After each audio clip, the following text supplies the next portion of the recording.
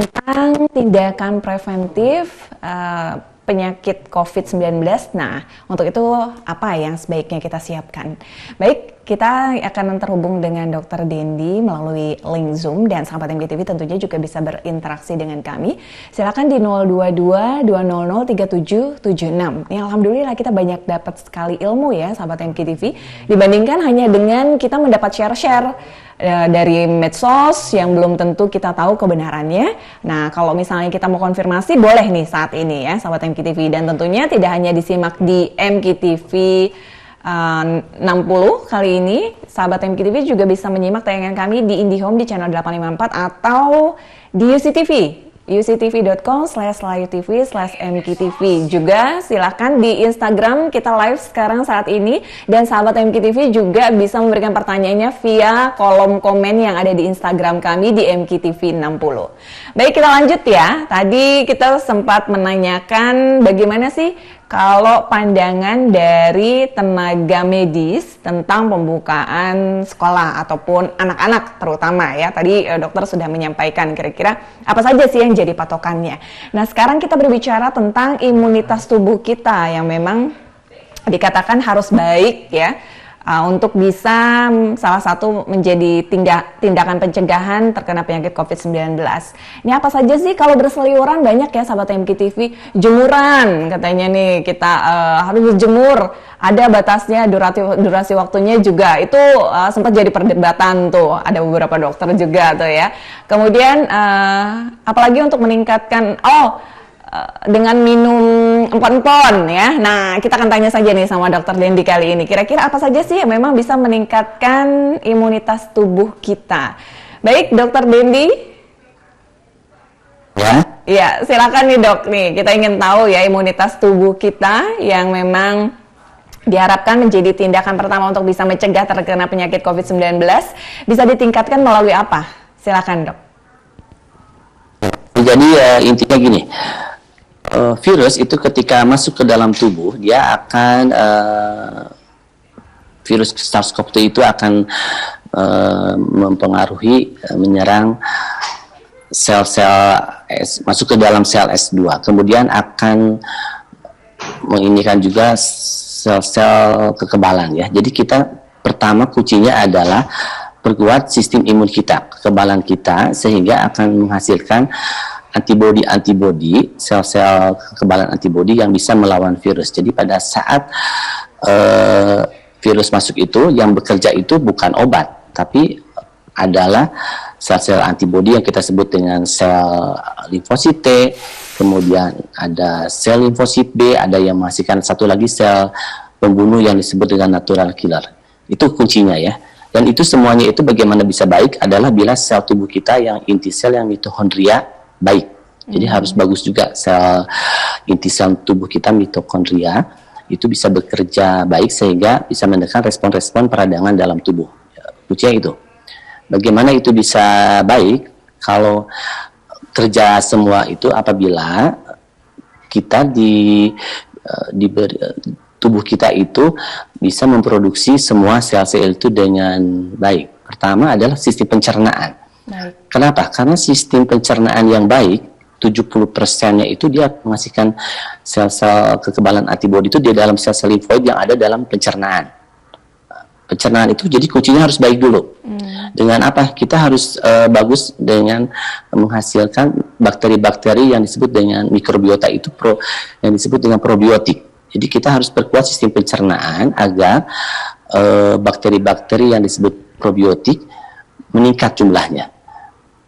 Karena dengan sel probiotik yang meningkat, maka sistem pencernaan akan menghasilkan kerja imunitas yang baik melalui aksis-aksis yang disebut dengan gut, pencernaan, aksis kepada jantung, kepada otak, dan kepada paru-paru. Ada aksis ya disebut dengan aksis sistem pencernaan paru, aksis sistem pencernaan otak, brain, aksis sistem pencernaan kardiovaskuler. Kuncinya itu.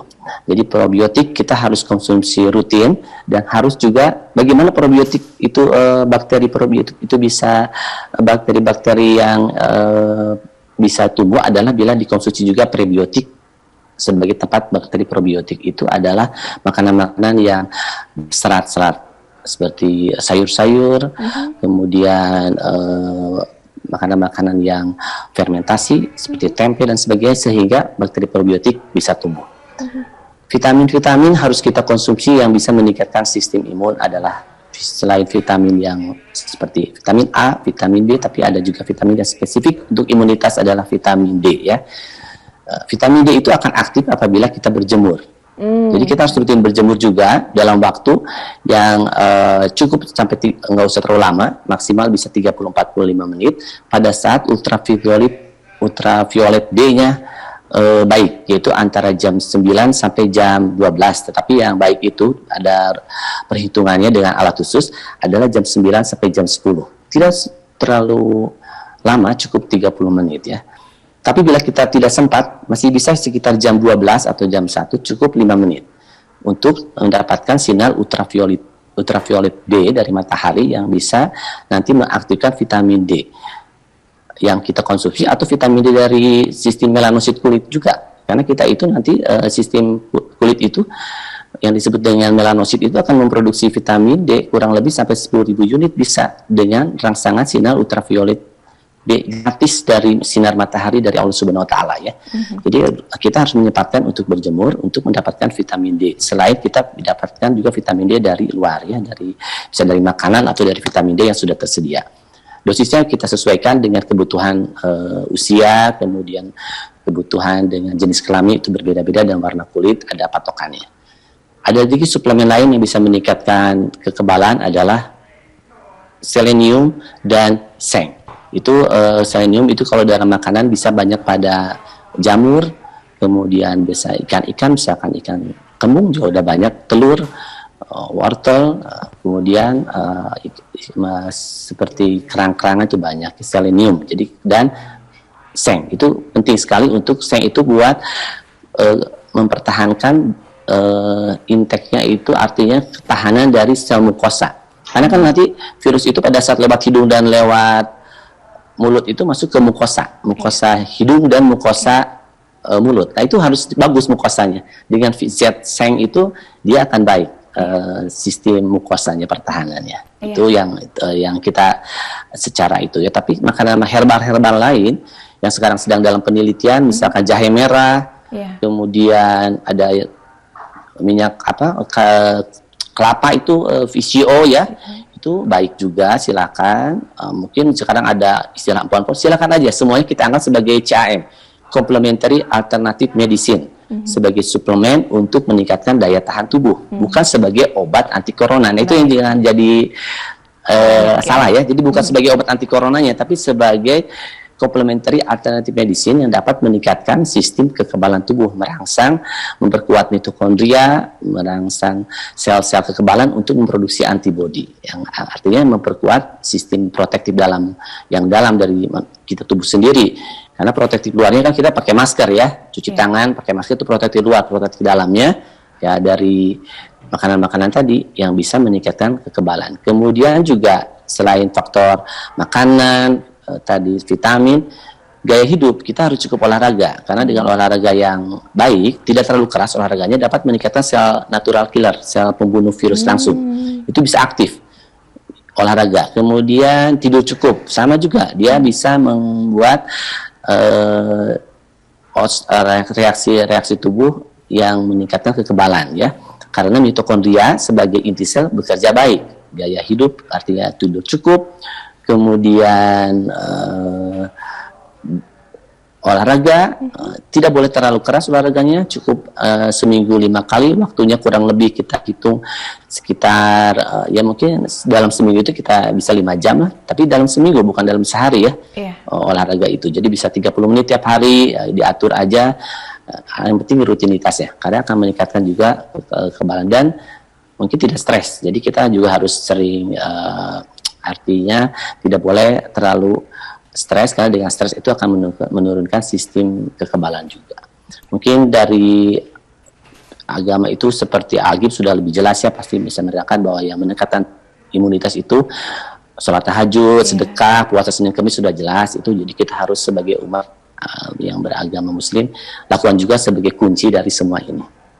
Mungkin itu yang kita harus terapkan sebagai mekanisme pertahanan alami dalam melawan virus, selain nanti yang dari luar itu kan vaksin yang sekarang sedang diteliti uji klinis, dan obat khusus virusnya yang sekarang yang baru di-approve itu oleh FDA Amerika itu ada Remdesivir ya. Itu sudah di-approve. Jadi baru satu yang sudah diizinkan oleh Amerika Serikat sebagai definitif obat antivirusnya yang dinamakan Remdesivir. Yang lainnya tetap sedang dalam uji klinis. Iya, baik. Obat-obat lainnya itu hanya tambahan saja ya, baik. Tidak sebagai obat khusus virusnya. Baik, Pak Dokter, Masya Allah nih ya paparan ilmunya.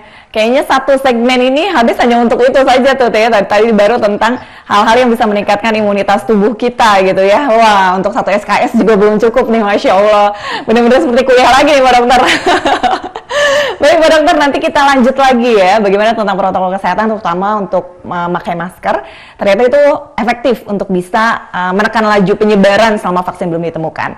Baik, nanti untuk sahabat MKTV yang masih mau punya pertanyaan, kami tunggu ya. Silakan di line komen di IG kami di MKTV 60 dan juga di interaktif kami di 022 2003 776. Dan kita kembali setelah informasi yang berikut ini.